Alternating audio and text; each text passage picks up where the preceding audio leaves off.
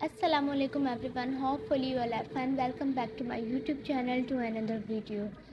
जी तो last video में हमने बात की थी ब्रेन ट्यूमर के बारे में और टाइप्स ऑफ ब्रेन ट्यूमर की कितनी टाइप्स होती हैं और कौन कौन सी टाइप्स होती हैं, और हमने डिस्कस किया था कॉजेस ऑफ ब्रेन ट्यूमर का। तो आज का जो हमारा टॉपिक है वो भी ब्रेन ट्यूमर पे आज हम डिस्कस करने वाले हैं सिम्टम्स ऑफ ब्रेन ट्यूमर, उसके डायग्नोस्टिक टेस्ट और उसकी ट्रीटमेंट। आइए तो शुरू करते हैं। सबसे पहले हम बात कर लेते हैं सिम्टम्स ऑफ ब्रेन ट्यूमर, जिसमें आता है हेडेक, पर्सनैलिटी चेंजेस और बहुत सारे सिम्टम्स हैं। देखें अब क्या होता है। हेडेक, जो ब्रेन ट्यूमर का जो पेशेंट है उसको क्या उसमें हेडेक देखने को मिलता है, ठीक है। अब ये हेडेक सीवियर भी हो सकता है और मॉडरेट माइल्ड भी हो सकता है। पेशेंट में आपको पर्सनैलिटी चेंजेस देखने में मिलते हैं, उसमें पर्सनैलिटी चेंजेस आपको शो होने लगते हैं, ठीक है। अब क्या पेशेंट में क्या वीकनेस रहने लगती है, ठीक है, मतलब उसको कमज़ोरी सी फील होने लगती है, वो कमज़ोर रहता है, मसल्स की वीकनेस हो जाती है, उसको पेशेंट को पैरालाइज भी हो सकता है पेशेंट। नोज़िया, वॉमिटिंग, पेशेंट को नोज़िया रहता है, मतलब वॉमिटिंग। और इसके अलावा difficulty in thinking and speaking, patient को मुश्किल होने लगती है सोचने में, उसे बोलने में मुश्किल होने लगती है, सोचने में मुश्किल होने लगती है।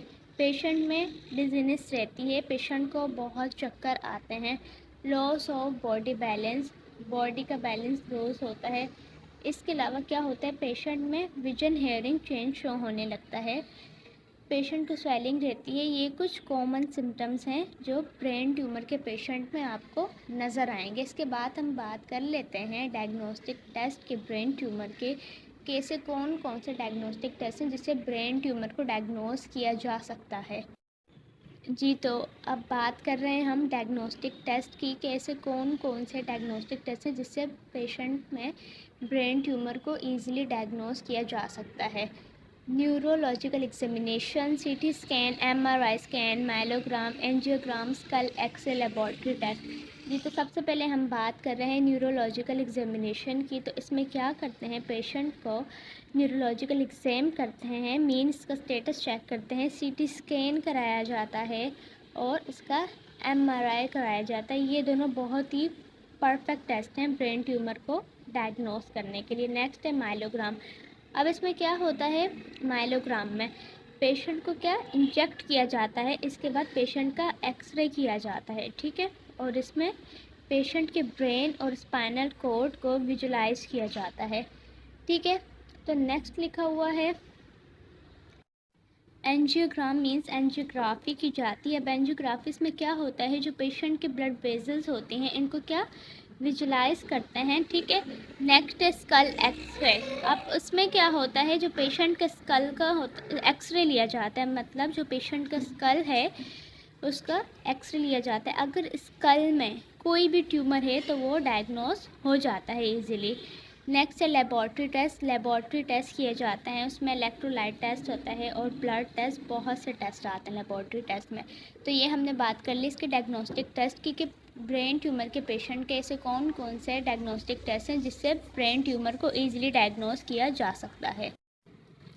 तो हम बात कर रहे हैं ब्रेन ट्यूमर की ट्रीटमेंट की।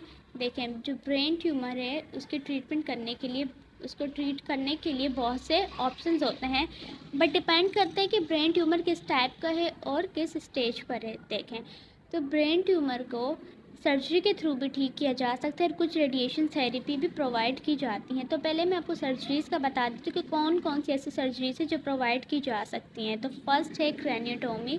अब इसमें क्या होता है, जो ब्रेन है इसमें जो क्रैनियम होता है, मींस ब्रेन में जो हेड होता है, इसकी जो स्किन होती है इसमें एक इंजेक्शन दिया जाता है और वो देने के बाद जो स्कल होता है इसको ओपन करते हैं और फिर जो ट्यूमर है स्कल के अंदर इसको कट किया जाता है, मींस इसको रिमूव कर दिया जाता है और अगेन क्रैनियम को, स्कल को क्लोज कर दिया जाता है। इसी तरह क्रेनियोटोमी के थ्रू ब्रेन के ट्यूमर को ट्रीट किया जा सकता है।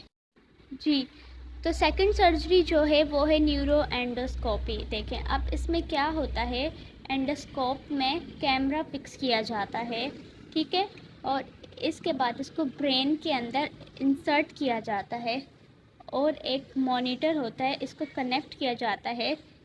इसमें ब्रेन के अंदर का स्ट्रक्चर दिखाई देने लगता है। ठीक है, अब क्या होगा, इसी एंडोस्कोप की हेल्प से ट्यूमर को रिमूव किया जाता है।